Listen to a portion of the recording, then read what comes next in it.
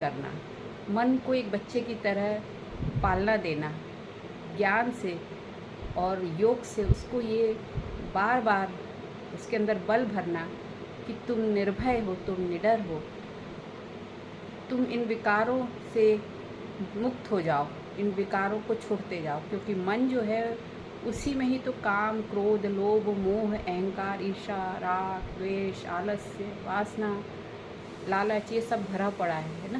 तो यही तो हमें हमारे जो मन है उसके कारण हम मन के वशीभूत होके और फिर दुख पाते हैं। लेकिन हम कौन हैं? मैं आत्मा हूँ। जब ये स्मृति बार बार हम अपने आप को दिलाते हैं कि मैं आत्मा हूँ और मन के अंदर ये सब खेल हो रहा है, तो मन की पालना ज्ञान और योग के द्वारा मैं आत्मा परमात्मा को याद करके करती हूँ।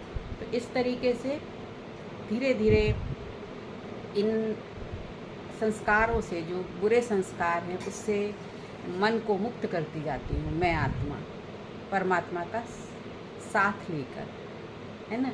ये ही पुरुषार्थ है, इसे ही कहेंगे मुक्ति। धीरे धीरे हम सभी इन मन के जाल से, मन के प्रभाव से मुक्त होते जाते हैं। और मन तो रहेगा, शरीर है तो मन भी रहेगा, लेकिन मन को सुमन बनाते, माने अच्छा बनाने की का ध्यान देते हैं, अच्छा बनाने पर जोर देते हैं। मन को अच्छे संकल्पों की रचना करने की ज्ञान के द्वारा शिक्षा देते हैं। कौन? मैं आत्मा।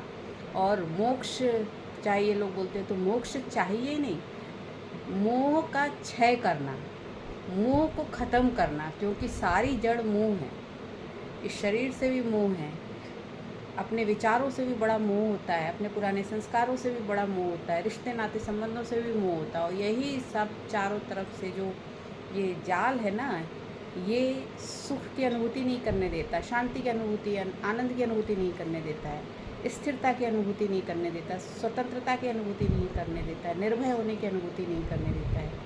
तो ये जो चारों ओर की जो मोह के बंधन हैं, इसका धीरे धीरे ज्ञान और योग के द्वारा क्षय करना, इसको धीरे धीरे काटते जाना।